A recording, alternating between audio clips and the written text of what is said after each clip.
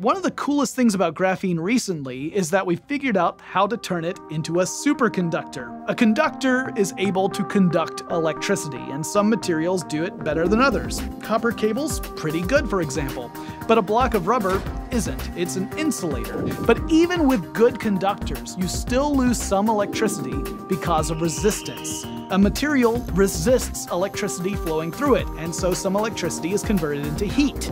That means no matter how much electricity you pour into one end of a copper cable, you're never going to get the same amount out the other side. But superconductors are different. They have a zero loss carrying capability of electricity. As much as you put in, that's how much you're going to get out, and there's no resistance. Until recently, graphene was not one of these materials, but back in 2012, some scientists hypothesized that if you were to introduce lithium atoms at careful locations inside a sheet of graphene, you could turn it into a superconductor. And recently, scientists did just that. They were able to make a superconductive sheet of graphene. Now, an important thing to keep in mind is that these materials are operating at very low temperatures. I mean, seriously cold. Just to get the lithium atoms into the graphene, they had to lower the temperature to about minus 265 degrees Celsius. And to turn it into a superconductor, they had to go even colder to minus 267 degrees Celsius.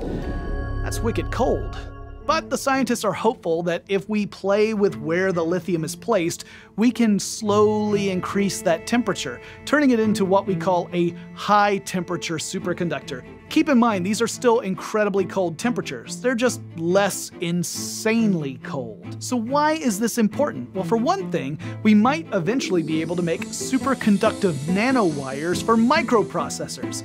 Electronics and heat don't get on well with each other. As a microprocessor has electricity run through it, its components heat up.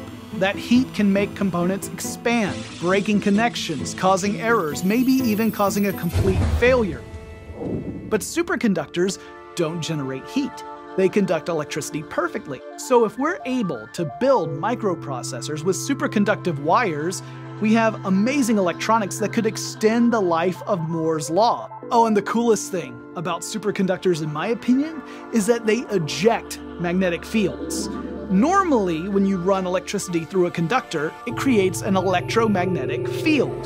That's pretty basic, but superconductors eject all magnetic fields from the center of the superconducting material, which means if you were to take a magnet and place it over said superconductor, it would levitate in place.